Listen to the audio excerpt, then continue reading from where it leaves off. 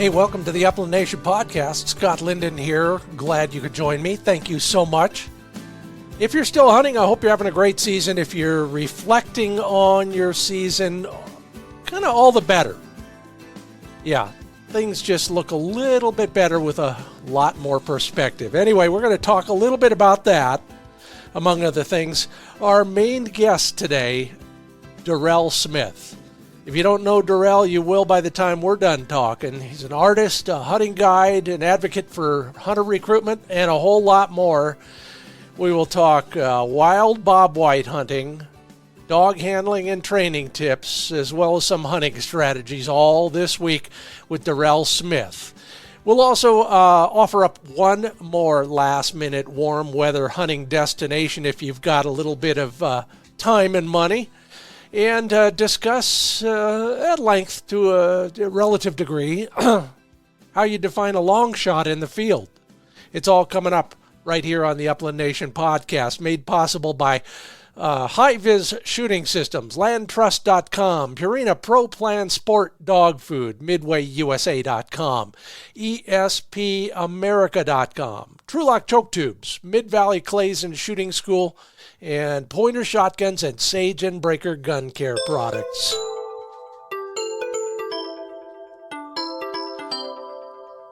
Well, we got 2-foot drifts in the driveway here, and deeper still out behind the place, so we're not getting near the exercise flick or eye need. Now, I can work on that in the house. Poor guy can't join me on the elliptical, so we're trying to get out, and just had a discussion with a buddy. He says, bring the snowshoes. We're going to Nevada, and we are headed there on Sunday, so going to kind of finish out the season before the SHOT Show over there in northern Nevada. Hopefully the drifts are a little bit smaller there. Good chance at chukars. There's one or two go-to valley quail spots that I love. Kind of cool. Lots of reasons for that. I'll share them with you in social media as we get back from there. In the meanwhile, what are you up to? Well, you're doing what I'm doing, reflecting a lot on the season or many seasons. And in that vein, I asked on our social media pages, long shot. It's a relative term. In the field, where do you draw the line on distances? Fascinating answers. Love to hear them. Read them. You'll hear them. Rusty Stroshine says, if there's lead in the air, there is hope. Yeah. Mike and Erica Carr say, depends on how wild they are that day. I'll shoot until I get a limit. Steve Selvig, a little bit more philosophical there, depending on the target, up to 50 yards. Quail, not much past 30 yards. The larger the bird, the farther out I'll succeed. I think there's some physics involved in that. Travis Hampton has a sweet spot, 20 to 40 yards. You know, all of us would do well to pace off the birds that actually fall rag dead in the field and see what they are, how far they really are from us. I've done it a bunch in conjunction with learning more about shooting. And most of my dead birds are at about 25 yards when they get hit. 25, maybe 30, quite often closer than that. Think about it. And actually, if you can get to the range and pattern your gun, I think your eyes will be opened a little bit wider. Darren Timberlake likes his Browning Maxus and Browning Upland XD ammo. Yeah, knocked him down at 50 yards, but that's a lot of lead, so don't shoot when they're too close. Jeff Hansen is the first to make the distinction between steel and lead shot. 50 yards for lead shot, 30 for steel shot. Yeah, absolutely. Congratulations, Bill Kosawan. 20 to 40 yards, sweet spot again. Took a pheasant at 50 yards with a 16 gauge, 1 1/8 ounce load. Yeah, one time. None of us could believe I made the shot. Yeah, isn't that the truth? 50 yards seems to be the cutoff for a lot of people. Hey, more power to you if you can do it. I know the shot is still going pretty fast, and if you got enough mass there in number 5 or something, I get it. And I only wish I could put enough lead, remember to put enough lead at those distances. Maybe I might hit something here or there. Oh, my. Well, no matter what we're doing, we need a good dog working for us, and that's why I feed Pro Plan Sport from Purina. The VO2 max increases that a dog experiences when he's getting the right proportion of protein and fat are why 30% protein, 20% fat in Pro Plan Sport dog food. Learn more about all the formulations at ProPlansport.com. High protein is the real deal, and real meat, pardon me, is the first ingredient. And you all shoot better. We all shoot better with a new shotgun. Yeah, it's like fly rods and maybe tires. The newer they are, the better we work them. Pointershotguns.com is where you learn all about the stuff that they are, bringing in from incredible makers. If you want to learn more about the variety of over and under, side by side, and semi-automatic shotguns, you can not do better than to visit pointershotguns.com. And watch for that cover on Shooting Sports Magazine. You'll see some of those incredible case-colored side-by-sides. Shooting Sports Magazine. Learn more at pointershotguns.com.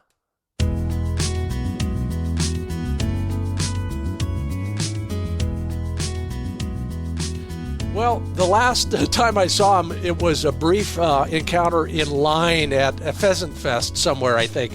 And this will be the first chance we all get to talk with him at length. Durrell Smith joins me from somewhere in the Atlanta metro area. And I'll bet you're close to something named Peachtree. Welcome to the show, Durrell. You sound like you've been here a few times, Scott. Oh, man. The first time I went there was during the Olympics. Okay. And it was one of those red-eye flights. I get in, the taxi driver takes me to the hotel on Peachtree, and it's the wrong Peachtree in the wrong hotel. You had a real Atlanta experience then. So, yeah. Thank you for having me on, man. It is a pleasure and an honor. Thank you. Well, you're welcome. I'm glad to do it. And gosh dang it, how can we have not done it before? But here we are. Here we are, man. Well, I'm excited, and I'm a big fan, my friend. Thank you. Well, let's start with the important stuff. Tell me how your hunting has been going. So, okay, all right. Hunting has been, first of all, a blessing, and I'll say you why. I say a blessing because of the good and what could perceivably be bad. I'm guiding out here, an Orvis-endorsed wing shooting guide, and public land hunting in Georgia. I mean, it's rough. We've got, great birds and they're hard to pursue, but all of my clients are happy, Scott, in that we're getting in the birds. The coveys are great. The dog work has been fantastic. I'm bringing in my young setter, the one setter that I have. I'm bringing him in on my A team. He's a starter now, so he's been knocking it out the park with my older dog, my oldest pointer, Vegas. And then we were doing well, and then I hit a slump, man, like a covey slump where unfortunately it wasn't during any guided hunts. Like I said, that's where the blessing part comes in because we get into it. But when it's just me and my buddies going out hunting, and chasing birds, man, like 2 or 3 weeks in a row, we were in spots that we knew for sure produce birds. It just, best dogs on the ground, dog power, dog numbers, talent, and just wasn't showing up.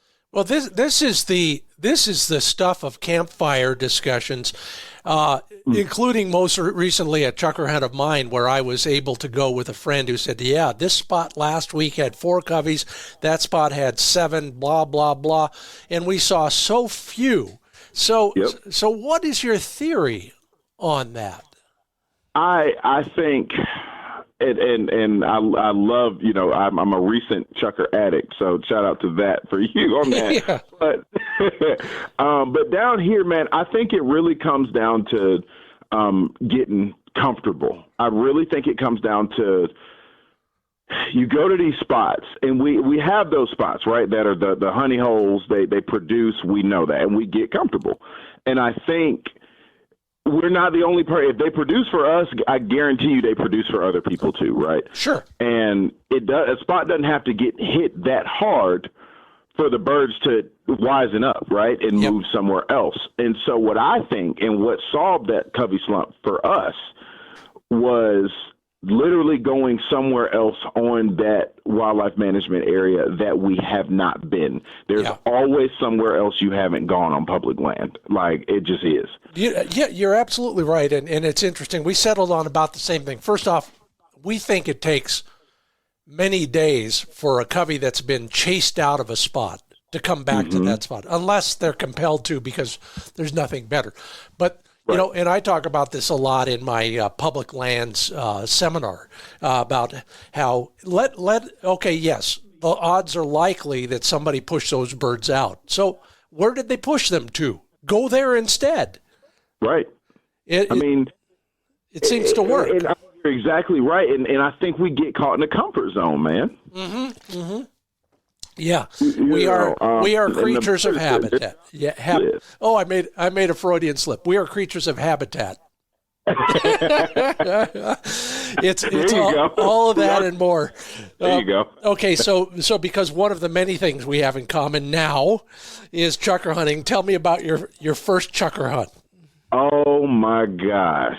So, all right, this is the hunt that I tell everyone that I tell this story to.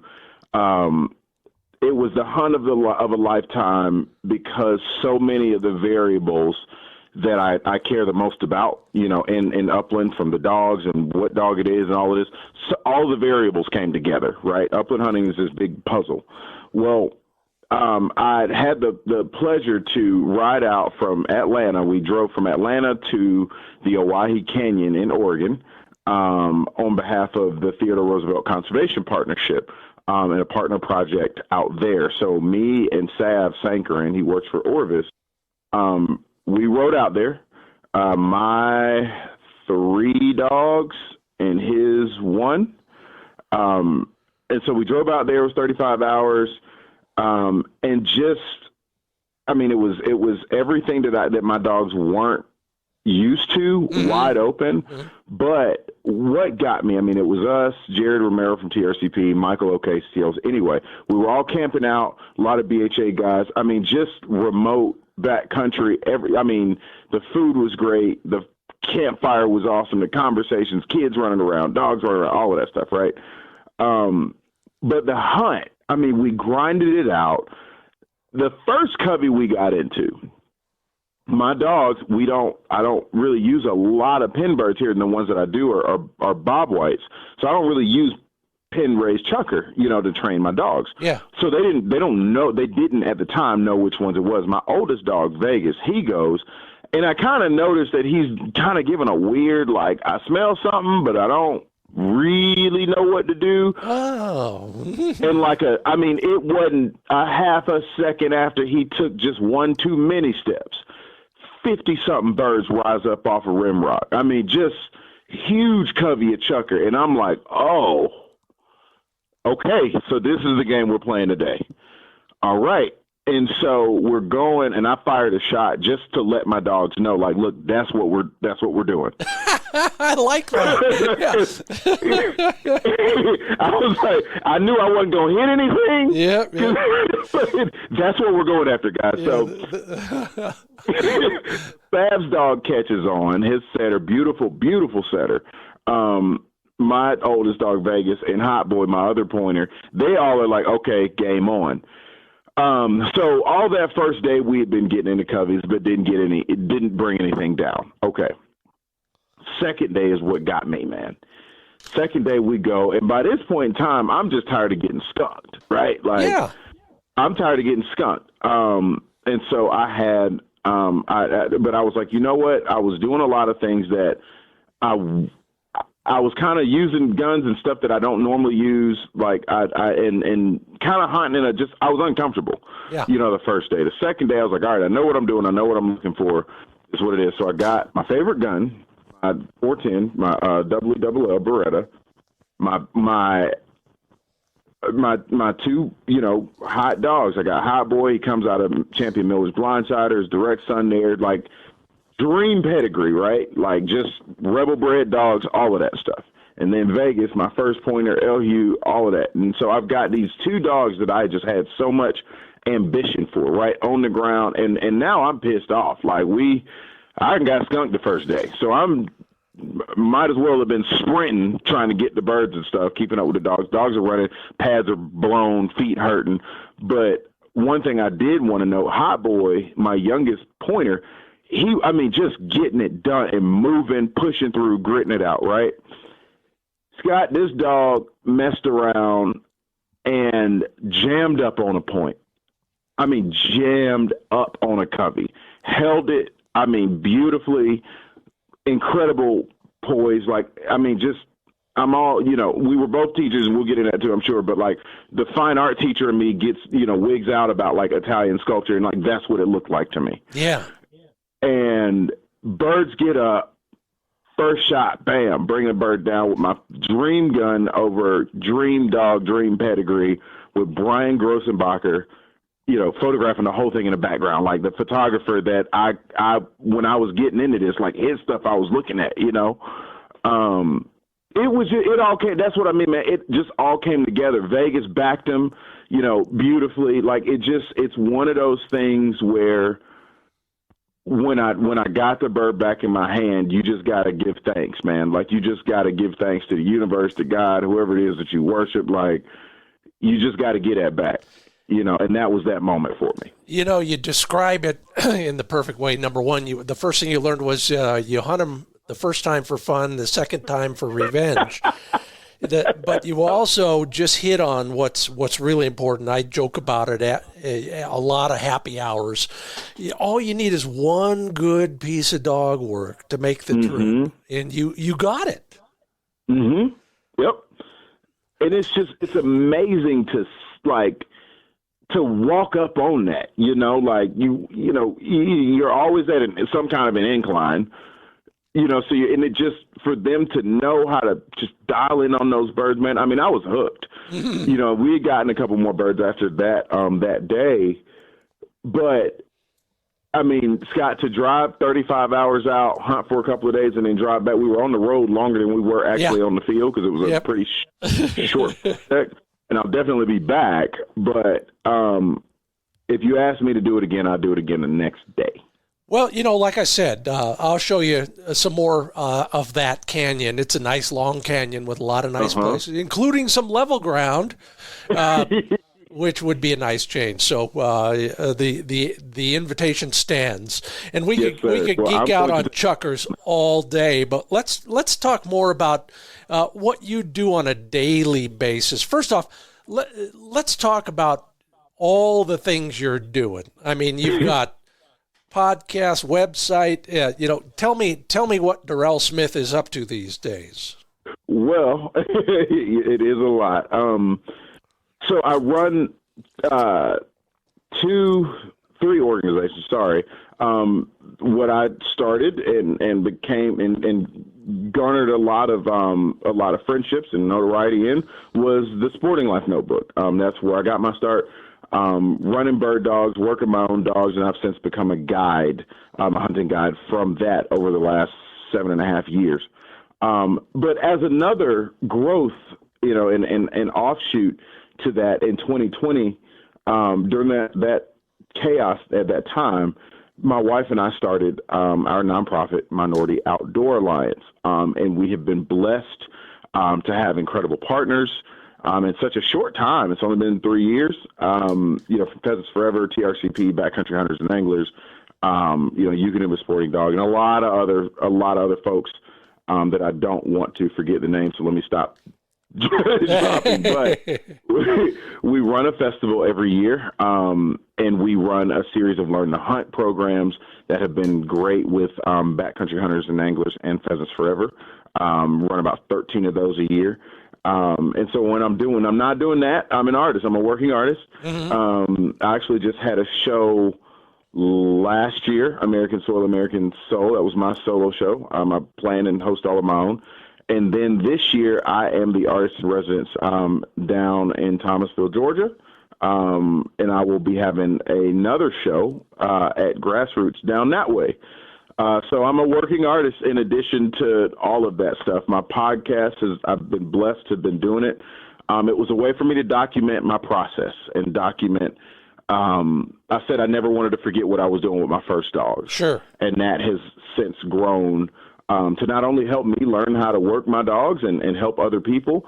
It's been a resource. It also connected me to our cultural history as African Americans and working dogs in plantation country. And I got, entrenched in the Red Hills in that South Georgia plantation community, and they took me in.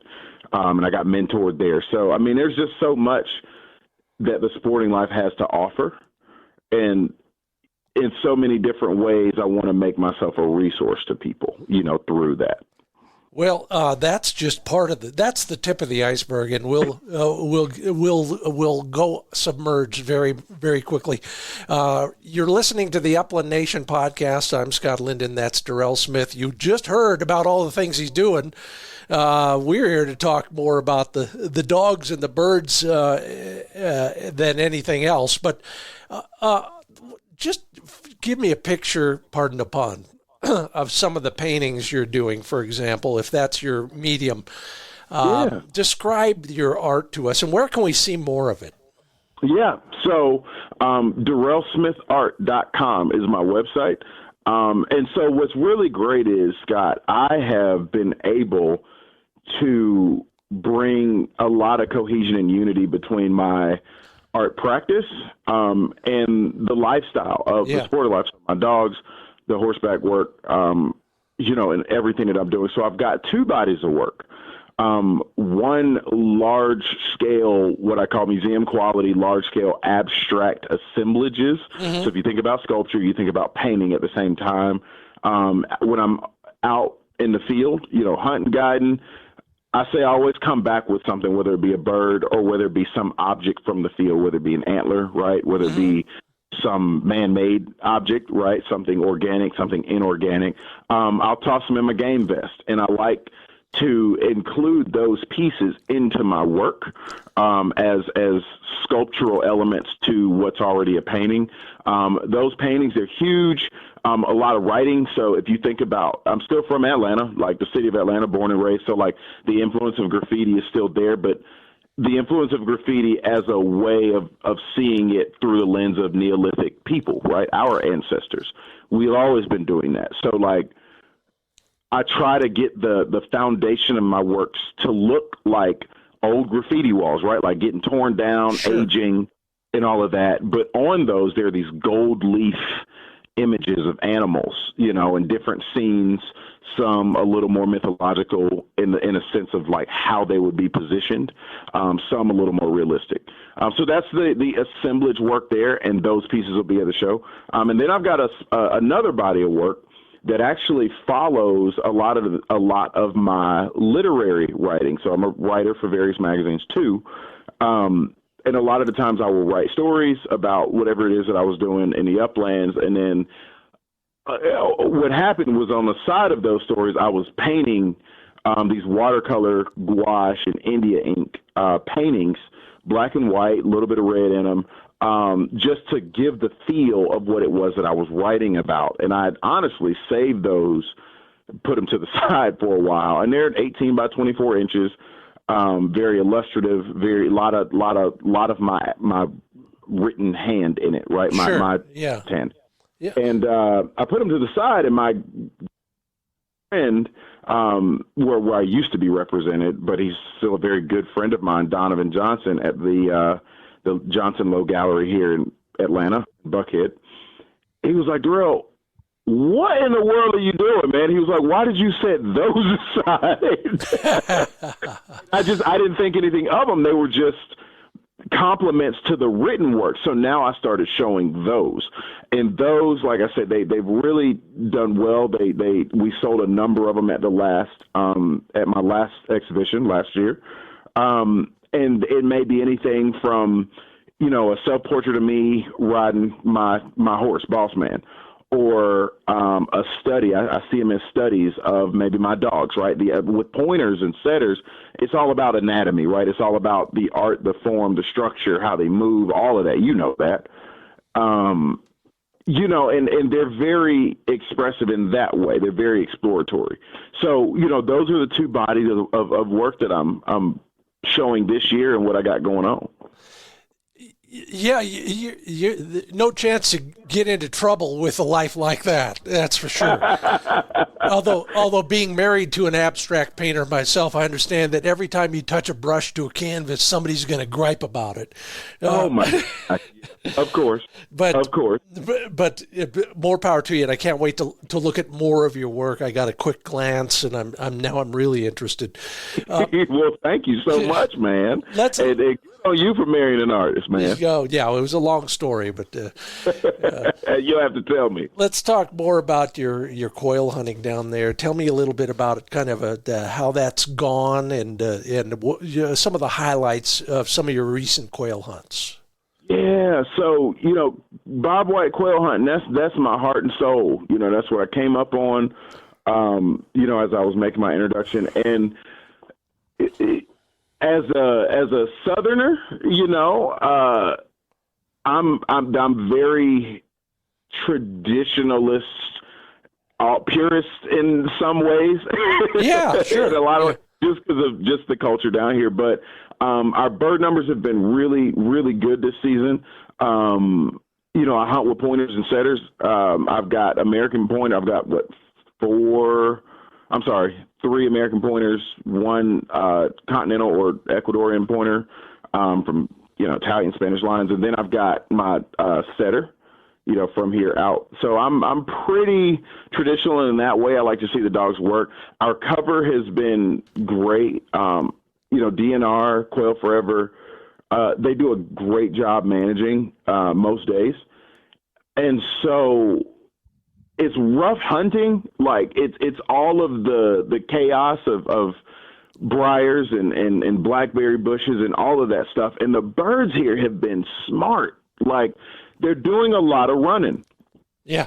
So I've really had to really do a lot more. I'm at that point in the season where I'm having to let my dogs, not that I don't, but really lean into the trust that I put into my dogs. Mm-hmm, mm-hmm. The birds are doing something way different this season. And they're liking to hang out in the hardwoods, and that's what's kicking my butt, is figuring out because that's not typical of them. Yeah. They're wiregrass, pine stands, and they're there, but they're also, I don't know if they're hiding or roosting or adapting some kind of way to hanging out in some hardwood bottoms. And it's not typical. So I'm honestly having to do a few things outside of my element. Like I said, just kind of thinking outside the box this season. And I get it. Again, it may be because they're pushed. You're hunting public ground and that sort of thing. Number one, public ground and Bob White don't even belong in the same sentence. Oh God, no. But we'll talk about that as well. But let's talk about something you said. Because of those challenges, you have to trust your dog a little bit more. What do you mean by that?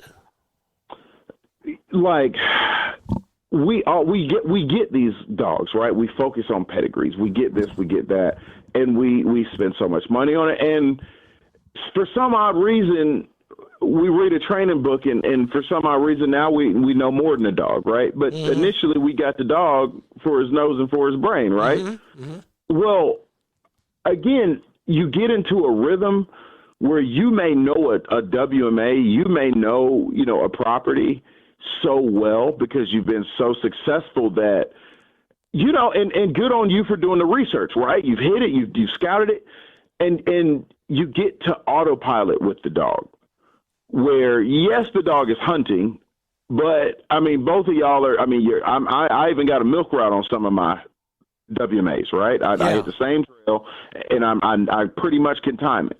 Well, that to me is sometimes it feels like thinking for the dog sometimes, right? Yeah. Where that dog might be peeling off to the left or to the right because something is making him peel, but because you know this route, right? You know this lane. You know how things are supposed to go because it's been like that for the last 2 or 3 seasons, right? That you forget that, no, that dog got curious and you haven't been over there before.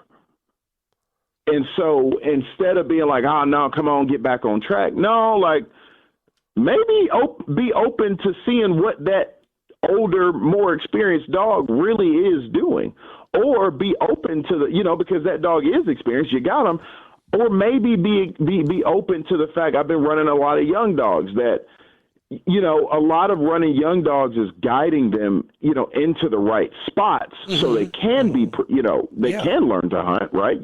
There is that, but I've noticed that my young dogs have gotten birds up in places that I didn't think of, right? And so you got to trust that, this might be their first season, but you still got them for what they naturally and intuitively know how to do. Yeah. I for years, I opened up the opening title sequence of a TV show I made. I said, follow the hunter with the longest nose. Mm-hmm. And I think I remember that. There's a lot of early. Well, thank you. Was what I was watching early on, man. I appreciate that. Yeah, that was the funnest. I shouldn't say that's the funnest show I've ever made, but I sure had a lot of fun with it. You look like a lot of fun. But I mean, it's the truth, though, right? Like, yeah. You get it, and I'm guilty of it. I'm guilty of knowing certain areas. I know to the point where I could be like, all right, well, we should be back here by like 4, right? And I'm not always right, but I'm pretty right, because I've just been at this spot for, so long. But you got to remember, like, no, let that dog hunt. Like, maybe slow down, right? Because you can even get so comfortable in a spot that you actually maybe even be walking too fast. Well, it's and pushing that dog, and that dog is not being thorough about, what the area that he needs to be checking because you're pushing him. Oh, I agree. I think all of us walk too fast, and that is something that I keep getting reminded of when I'm going with people with way more experience than me. And Terry Petro, thanks again for reminding me of that on this podcast a few months back. But you bring up something, and I was reminded of this. I remember reading this. There was some research done that basically concluded that every morning of a duck's life, it wakes up as if it's just been born. Everything's brand new. It approaches everything as if it's never experienced any of that before. Mm-hmm. Our dogs are not quite that naive, if you want to call it, psychologically naive. Right. But they are more of that than we are. And sometimes maybe that's what we need to honor, is that naivete, and let them explore in the ways that we wouldn't because we're too hardened and jaded and experienced. Right. So I mean, that's the truth, man. Like, again, let's go back to when we all had one dog, right? Like, you didn't have a choice but to put everything you had into that. And you didn't know anything, so all you had to do was basically follow the dog. Well, as those years go by, like, that you forget what it was like when you just had one dog. Boy, I love that. I'm going to write it down. And everybody else, pay attention to me while I make these brief commercial messages. Durrell Smith will be back with more gems of wisdom. I'm Scott Linden. This is the Upland Nation podcast. Back to you in just a moment, Durrell. We're brought to you in part by landtrust.com. And, we're always looking for someplace to hunt, someplace new, maybe better, change of scenery, all that. That's what they have to offer. A day trip, or even some places will let you stay overnight. It's kind of a DIY option, landtrust.com. Just got word. My friends at Land Trust will be at Pheasant Fest, so stop by and visit them there, of course.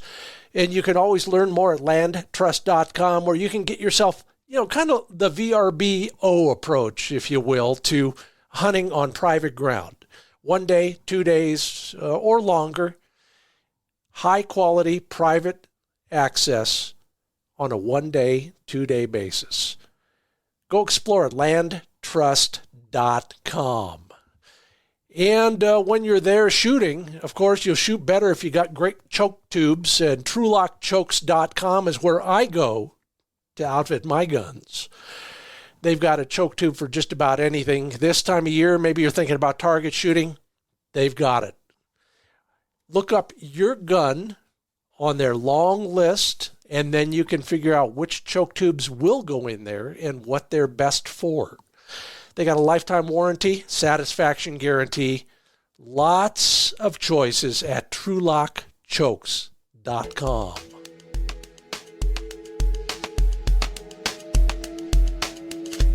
And with that, we're back with Durrell Smith in Atlanta right now, but quite often in the Quail woods. Durrell, give me one highlight of your quail season. One highlight of my quail season. Man, we've had a lot. I'm glad to hear that. Oh, actually, I got one. So I actually just took a client out recently, Mr. Garrett, and what was cool was a number of things that day. Number one, I was able to take him out. I met him. I was sitting down at dinner in Thomasville, and I guess he had seen some of my work in like gardening gun or something like that. But he reached out and said, "Hey, I want to go on a hunt." So I took him there. Pristine Bob White. Textbook Bob White cover, right? Beautiful day. He brought his son and he brought his father-in-law. And what was cool about that was his father-in-law was he's from California and used to hunt quail. He'd been hunting quail out there since he was about 12. Mm-hmm. And always wanted to come out here. And so he had just had surgery on his shoulder, so he couldn't shoot, but he still joined us on the hunt and walked with us. Garrett's younger son was there, which was really cool. He had a little BB gun or something like that, a little pellet gun with him, and it was cool to see him checking his son about gun safety, holding the gun the right way, just teaching him the right habits. And then, of course, Garrett himself being the father, like to see 3 generations out with me on a hunt, and 3 generations of African-American men, which doesn't happen, in the woods like that for me. Like that was really, really cool. But then also the highlight for all of them was, a lot of the times I'll let clients, if they want to bring their dogs, especially they want to get the dogs on wild birds, I'll let them bring them out, as long as it's safe and everybody, we're all good. Well, he brought a beautiful setter out. It was a family dog, and really the dog was about 2 or 3. Hadn't really gotten into birds like that, but had just gotten in the preserve and did well there. Well, by the end of that hunt, not only had we gotten 4 or 5 coveys up for the client in general with mine, that last single was pointed by his dog, who had never hunted wild birds before. Wow. And just the look on Granddaddy's face, the look on Mr. Garrett's face, like just to that feeling of accomplishment, like that's why I like guiding, is to really deliver moments like that for them. That felt complete for me. Yeah, and I don't blame you. The hair is standing up on the back of my neck just hearing the story. There's no part of that story that isn't really cool. So good on you, and what a wonderful experience. What do you think the little guy took away from that experience? What I wanted, what we were talking about that afterwards, and he was excited. He was just excited to be with his dad, which, how little boys are, man. You want to be like your dad. My son well, is not my dad. dad. I'm no. So for him, it was being with his dad, watching his dad enjoy something. And I think that did it. What got me was what his dad saw. Okay. Which was his son. Because, we were in, like, where we were. It wasn't pretty. Like, it's classic South Georgia quail cover, like briars, nasty, like it was rough. You need chaps, all of that stuff.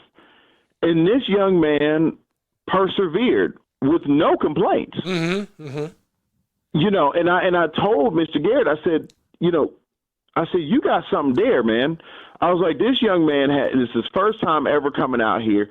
Didn't complain about walking, which he wouldn't. He was young. I think he was like maybe 10, but we put on some miles that day. Yeah. We put on about 8 miles that day, and never complained, was in great spirits the whole time, was enthusiastic, was super cooperative, even repeating some of the gun safety stuff. I was like, man, that's really cool to see that. And he was like, I was just thinking about that. He was like, I'm really proud of my son for sticking it out with us. Yeah. Oh, I love it. As a father, like that's got to feel good. No doubt about it. That's fantastic. Mm-hmm. Let's go back into the field in general and talk about the highest priority for almost all of us, and that is finding more public ground to hunt. Yep. And then once we get there, exploiting it to its maximum. I mean, it's a little different perhaps because you're deep in the southeast and you're in what really is a kind of a checkerboard with some public ground, private ground, public ground. How do you go about finding new public access?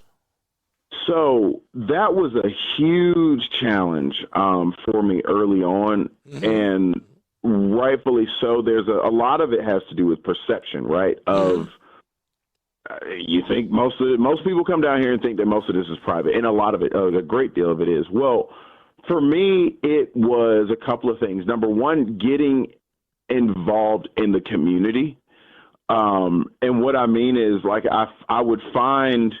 The best part about Georgia is we're all very, very, like, open. Like, mm-hmm. we'll help you. Yeah. I help people on WMAs, and that's because others that have hunted similar places that's from here have done the same for me. So and that's what I mean being a part of the community. Find a place, right? Like, you can go online. The DNR will give you a report on game bird numbers across every WMA in Georgia, and it'll say good, fair, not good, all of that. So kind of find a ballpark, right? And most of it, I mean, we all know it's, in between Middle and South Georgia, which gives you a lot to work with. But for quail, they're not in Atlanta. So you got to go south. Well, from there, check those WMAs, check the DNR reports. They put them out every season, and they update them pretty regularly. As far as new public grounds, one of the things that I do once I find an area, I honestly get as far, far, far away from people on that WMA as I possibly can. If Sure. I see a car, I go as far as I can away from it. Mm-hmm. That's been another thing for me, too. And I know that probably sounds like every game bird. But no, seriously, like the birds down here, most of it is running. And you just kind of push them deeper into the space. Yeah. When I say get involved in the community, there's a lot of old quail hunters out here, man, and they love telling stories, right? And if you kind of listen to the details in their stories, like, they leave hints about, like, rough cover, right? What I found is what the cover looked like for them then, it looks like it now. Yeah, there are some universalities. Yes. Mm-hmm. There's a lot of, so I got deep into talking to people. Everybody down here, if you're wearing hunter orange and something that looks like you're going quail, somebody's going to say something to you anyway. Uh-huh. So yeah, like it's when you get to South Georgia, man, I mean, it's quail culture. Like, there's something's named after quail. It's a plantation that there's somebody's logo is a pointer, so I literally would just go in to some of these gas stations, right, and just talk to some of these old guys. and then my mentors were old guys. So they would tell me kind of general areas of where to go. So between studying like what the DNR says is good that year and really talking to people, they will tell you how to hunt. I had a young guy come down here, man. And we hunt together now just about every first day of the season. And I appreciate him. He just straight up asked me, he was like, hey man, I'm not from here. He was from Griffin, but he was like, I'm not from, South Georgia, never hunted this place. I got these, 2 or 3 little Britneys. Honestly, I listen to you probably, how do I do this? And I appreciate him for just straight up asking. Yeah. And it's funny. He just dead on asked. And I said, okay, well, look, I'm going to give you this track, go down this way and take this direction and just follow that trail. And I was like, matter of fact, that was the trail that I was going to go in because I've been here. And I'll go find something else.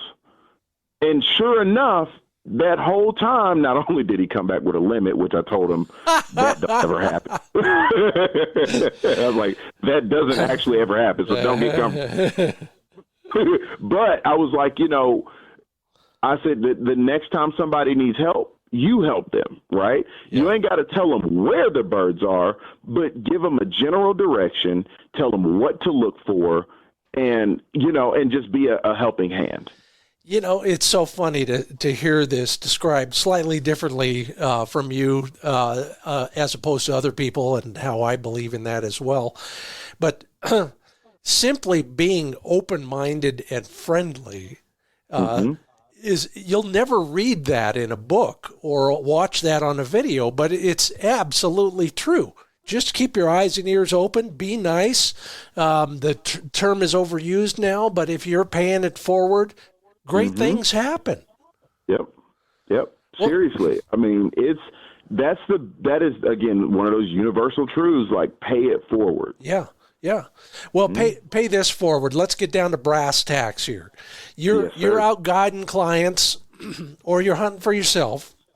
What are some of the things that we, if we're your client, or you, if you're just hunting for fun, or with that guy you just directed to his first and probably, hopefully, only limit, what should we do more of out there, whether it's strategy, tactics, dog handling, or anything else? I'm going to say get to know your local areas better. That's been a goal of mine. I know we all want to travel, right? But it's you'll be surprised how well you don't know your local spaces. Go to the corners that you wouldn't do. Like, that has been the biggest revelation for me this season. Was literally yes, travel, but there's so much, even here in Georgia, there's still so much public land that I just have not covered, right? Like, and I was driving by, going to one WMA and happened to pass another one on a completely different side because I had to take some kind of a just roundabout way.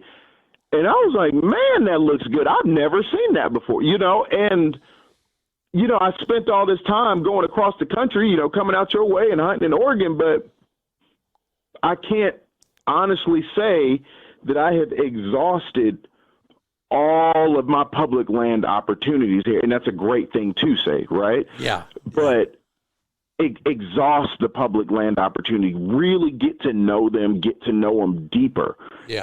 Some of the people, some of the greatest old heads out there, those old guys, like, they weren't traveling everywhere back in the day, right? That, like, the resources, the money, the time probably wasn't there. So when they hunted, they really knew a place intimately. A writer buddy, Andrew Wayman, who I love his works.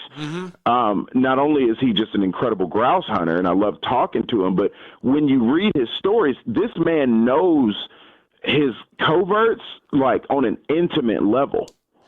And that's the challenge that I want to leave out there, and that's what I'm actively trying to do myself. Here's the problem. We're all guilty of it. Fear of failure. The nearest place I want to go, but I'm afraid I might go birdless that day. Right. And yeah, it's a very real possibility, but the opposite is also true. Mm-hmm. And we don't think about it that way. We have precious little free time and all of that, but there is a reward every third time. You're going to mark that on your online app, and you're going to go back. So So it's an investment. Maybe that's a reason to scout off season. Well, and that is a reason to scout. We have, I just think about it in terms of a timeline thing too. Like we have these dogs, we sign life contracts with these dogs for hopefully, Lord willing, anywhere between 12 and 16 years. Right. Mm-hmm. And that's a lot of time with a dog. Why not spend that time going to take that dog somewhere new, teaching that dog how to hunt somewhere new, even if it's at home? I can't argue that at all. In fact, just the opposite. There is nothing like watching a dog in a new, whether it's a field that has the same habitats or a brand new place, as you described with your dogs coming out to chukar country. Their eyes are wider, their ears are perked up, they are on high alert. Yeah. And is there anything more fun than watching a dog on high alert? I mean, that's what, like I said, that's what we got them for, right? Yeah. So tell me about go back to your guide experience, whether it's paid or just taking somebody. What is the biggest mistake we make when we're out there hunting, particularly maybe with bob whites? The biggest mistake is, I think it is honestly not reading habitat correctly. One of those things, and not looking at what could potentially be escape cover. And I'll give you an example. So matter of fact, I'll give you an example from that same client. Matter of fact, after he left that day, I probably had a couple of hours left to just kind of do my own thing, walk around. Well, I was walking back through one of the tracks that I had already been on, just to, moseying around. I wasn't like, I wasn't really trying to accomplish anything. I just felt like I hadn't really cleared the whole area yet. So let me go back and see, now. So I go and my brain sees this little patch, and anything to me that looks like a triangle and wiregrass, that to me screams quail cover. Like if it's shaped like a triangle, it's an edge. And then when I think about it in my mind's eye, there was plenty of opportunities for any birds to escape. Okay. Well, I go and it looked right, but it was such a small piece, like it was a little small patch of cover. My dog actually just motored right past it. And my brain was like, I remember having a second thought. I was like, that looks cool, but nah, whatever. Well, then the dog swings back, and kind of gives like something could be here, but isn't really thorough about it. So I send him on, because I didn't think much of it. And as I kind of took maybe 2 or 3 steps in the direction of the cover, making me a little bit closer to it, 2 birds get up out of it and dart off. And I'm like, huh. And when I sit and look at it, everything about it made sense. But because it wasn't a pine stand, right? Because it wasn't, it didn't look like where I had been seeing birds get up in any other time during that day. I just kind of disregarded it. And I was like, maybe birds were there. No, those birds were sitting, waiting, and they knew they had outsmarted the dog. Yeah. But what I could have done was, again, be a little more thorough, call the dog back in, and no, you're not going to breeze by it this time, because they make mistakes. We all do. So bring them back in, and let's really check this. And if I had when I also think about it, there wasn't a lot of wind to work with. Sure. So if I had maybe circled that piece of cover, we may have gotten a point, he may have caught in scent or something, and I would have had a better indication. Well, I was just writing something thinking about a bass fishing challenge.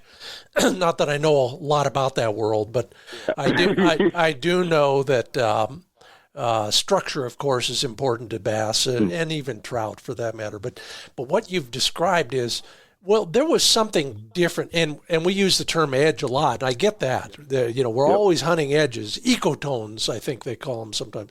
Yep. But an edge can be just an unusual piece of terrain, right, with a different kind of flora. And because it's unusual, it might have an attraction. Even though it's not the classic habitat, if it's different, it might have an attraction on a certain day for a certain bird that maybe got pressured somewhere else. And that's to me, that's what I just heard. Yep. And that's what it was. It was another option, and obviously it worked. If we just think about they live. Yep. It was different enough to throw me off, to definitely throw the dog off. Yeah. I mean, that's nature at its finest right there. I mean, I always say, sometimes nature has to win a hunt with a double barrel 410. I'm the king of saying nature has to win sometimes, but that is an example of cunning, the ultimate cunning. Yeah, I found we'll jump chukars all over the place, and most of the time you don't find chukars in heavy stands of juniper trees. Yep. But if there are juniper trees nearby, or even streamside, some alder trees, if you jump a covey, one or two of them end up in the trees. Yeah. Because nobody looks for them. And granted, they don't think it's some hunters. They're scared they're going to go someplace they don't think they're going to be threatened again. Right. And, and that is the nature of wild birds. I mean, the whole time I was up in Minnesota hunting with my buddy Dawson, and I was getting skunked on rough grouse a couple of times because birds were flushing right off of my ear. I was looking on the ground. And they were flushing right off the side of my ear. And I'm like, oh, and I imagine that in their brain somehow they're probably like, whether it's a coyote or whether it's a person or whatever this predator is, whatever this predator is obviously looking for me on the ground. Yeah, exactly. And I think you're absolutely right. It's true, and we need to bear that in mind. Yes, sir. When you're taking somebody out, or you're hunting on your own, and it could be in the breaks of the Owyhee River out here, or it could be in bobwhite country, what is one essential piece of gear for you, your dog, your clients for that matter, on a guide trip? What is a piece of gear that you bring for sure that we probably don't? You know what, man? I have come to find a lot of value in just a plain old compass, not one from your phone. I always keep one on me. Yeah. And reason being, I've had plenty of times where, my phone would just die out there. And that's one of those things that I've really come to find a lot of value in. It's also one of those things that has forced me to get back connected with, operating outside of technology. So, and weirdly enough, I don't see a lot of old compasses around anymore in people's game vests. Yeah. I think just because they're plugged in our phones and things like that, or they're plugged in, whatever GPS app or whatever you're using. But there's been times that I use just an old, just that, and then my other thing, I'm one of the types of people that I use two whistles. And this is something that's been really, really kind of cool as far as my guests, and it helps me a lot. I have 2 whistles for my dogs. One is obviously get out, and the other is come back. A lot of the times, my clients, they'll kind of have an idea of what's going on, and it kind of gives them an idea of what's going on during the hunt, depending on what whistle I'm going. Because I'll even tell them, like, this higher pitched whistle is to call them back in. And it just kind of it's interesting. You're not micromanaging people, but you are setting up expectations of what you should be looking for, what's going on and all of this stuff, even with the dogs. And so usually I'll send the dog out, and I've had clients where I've got bigger runners sometimes. And, they're paying top dollar for a hunt. They want to see a dog, right? And Yep. That whistle, I can kind of regulate their distance. Yeah. No, and how I kind of manage that. I've had clients get nervous that my dogs were running way too big sometimes. Why they got nervous, I don't know. But because of that, I can kind of keep them dialed in. And if I pop on, the oranger whistle, my older dogs, they'll kind of get the point and be like, all right, maybe we don't need to be kind of as wide as we are. I love it. Yeah. So because after all, you're in the entertainment business. So let's keep the dogs on the stage.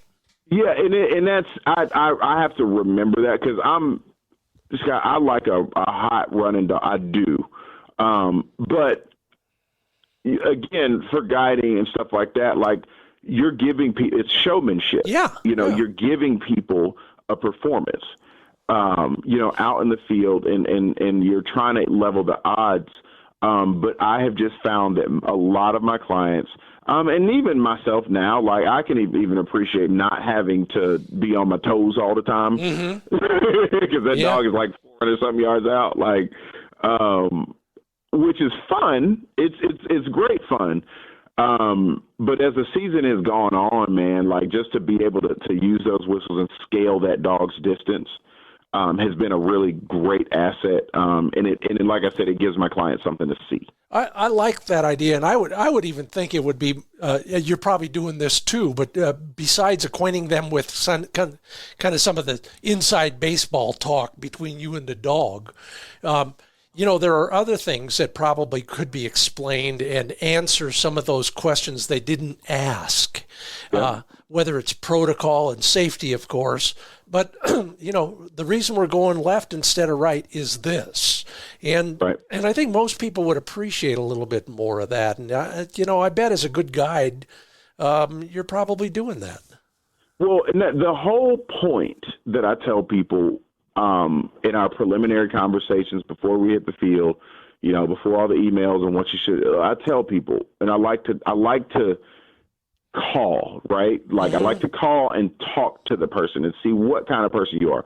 But one of those things is, I always say, look, no matter whether you get one bird, whether or not that you're blessed to get a limit, that is not what's important. What's important is you come out with a greater understanding of the beauty of this landscape, what's going on and why it's going on. And afterwards, how you can be a better contributor and a better steward, of whatever space that you occupy. Well, we're going to leave it at that, because that is incredible. Durrell Smith, Renaissance man, artist, activist, guide, podcaster. Learn more about, what's the best location if we want to just start learning more about Durrell Smith? Yeah, well, thank you so much for your kind words. So you can go, I'll give you a couple of them. So thesportinglifenotebook.com is our website. Just everything can be contacted there. And then visit minorityOutdoorAlliance.org for our nonprofit, and to see some of the work that we're doing on that front. And every other channel you can get through those two. There you go. Durrell, we'll do this again. I will look forward to seeing you somewhere down the road. Winter around here is when we all travel more than we wish we had. But it was fun. I enjoyed it. Thanks for helping us become better hunters, conservationists, and art aficionados. Scott, I am, like I said, it's truly an honor to be on here. You were one of the first shows that I would tune into early on in my hunting career. So thank you so much for having me on, my friend. Glad to be an OG for you, Durrell. Thanks so much, and enjoy 2024. Yes, sir. You too. Bye-bye. Yeah, if you want to learn more about Durrell and what he's doing these days, go to thesportinglifenotebook.com. There's links there for just about everything we talked about and more, so that's the place to start. Yeah, stick around. I've got one more cold weather destination that is going to be guaranteed to be warmer than where you are, so that's coming up in just a moment. First, let me remind you that you will get 10% off your next order if you sign up for the emails or texts at midwayusa.com. Whether it's foul weather gear, new socks like I just got, or some of your non-toxic or even the lead shot that you're looking for target season, it's all available right now and easy delivery. They work hard to keep you happy. That's why they've won the BizRate Platinum Circle of Excellence Award. Take a look at their vast array of products for bird hunters, dog handlers, and anybody else who's camping, hiking, fishing, and, of course, shooting at midwayusa.com. And I am at the point where I'm, thinking about possibly considering getting all my guns cleaned up for storage. Yeah, I love putting that off because I hate thinking about what it means. But when you're ready for that, head to sageandbreaker.com. Pick up all the gun cleaning and care products you need, from their firearms grease to their CLP. Spray it on, wipe it off, and your gun is clean and dust-free. Yeah, and there's even a factor in there that will keep it slightly more dust-free than anything else out there. And that's not before you start talking about their transport and storage opportunities, whether it's a range bag or a gun cleaning mat. So learn more about what they've got and what's coming down the pike. Sign up for their mailing list at sageandbreaker.com.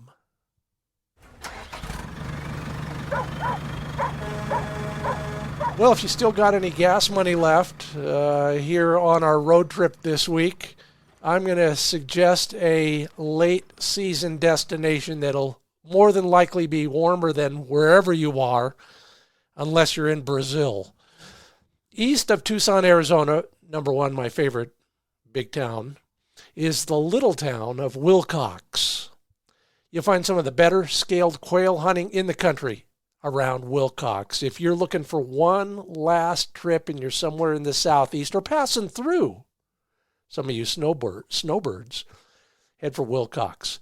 They're found in the lower elevations northwest of town, around the Steel Hills and the Allen Flat areas. And while you're in Willcox, if you're a country music fan, visit the Friends of Marty Robbins Museum in between hunts. Yeah, Willcox, Arizona. Maybe next season I'll see you there. Yeah, and that road trip segment is brought to you by ESPAmerica.com. I'm now using my new ESPAmerica earplugs, electronic, digital, in the field. They're so advanced in technology, there's very little wind noise. They're comfortable, custom fitted, they stay in, and my ears are protected. You know, hearing loss is permanent and cumulative. Go learn all the reasons you should be using them as well. Go to ESPAmerica.com. And, of course, I use them when I'm visiting my friends Dave and Vandy Fiedler at Mid-Valley Clays and Shooting School. How was your shooting this year? Well, yeah, I know. That's why I'm going back, taking a lesson. If you can get to Western Oregon, they've got a great instructional philosophy because it's built around hunting. They all hunt and they know what you're going up against when you step into the field. You got a dog on point and you're trying to connect on a bird. Take a lesson at midvalleyclays.com. Or if you're just passing through and you want to have some fun, heading for the in-laws or something else, stop by and play any of their clay target games: trap, skeet, sporting, even Helis. It's all available at midvalleyclays.com. Well, thanks, Durrell Smith, for being a part of the Upland Nation podcast. If you all want to learn more about Durrell, thesportinglifenotebook.com is where you do that. Would appreciate you telling one person about the podcast. Spread the word. Help other people learn a little bit here and there and have some fun as well. Yeah, please leave a rating or a review if you would. And then thank our sponsors when you purchase their products. Sage and Breaker Gun Care products, Pointer Shotguns, Purina Pro Plan Sport Dog Food, Mid-Valley Clays and Shooting School, TrulockChokes, ESPAmerica.com, MidwayUSA.com, and LandTrust.com. If you want more, come on down to FindBirdHuntingSpots.com, watch the videos, listen to the podcast there, and learn something from all of those articles I put together for your edification. Until I see you at the range, which is probably where it will be, I'll see you right back here next week. I'm Scott Linden. Thanks for listening to the Upland Nation podcast.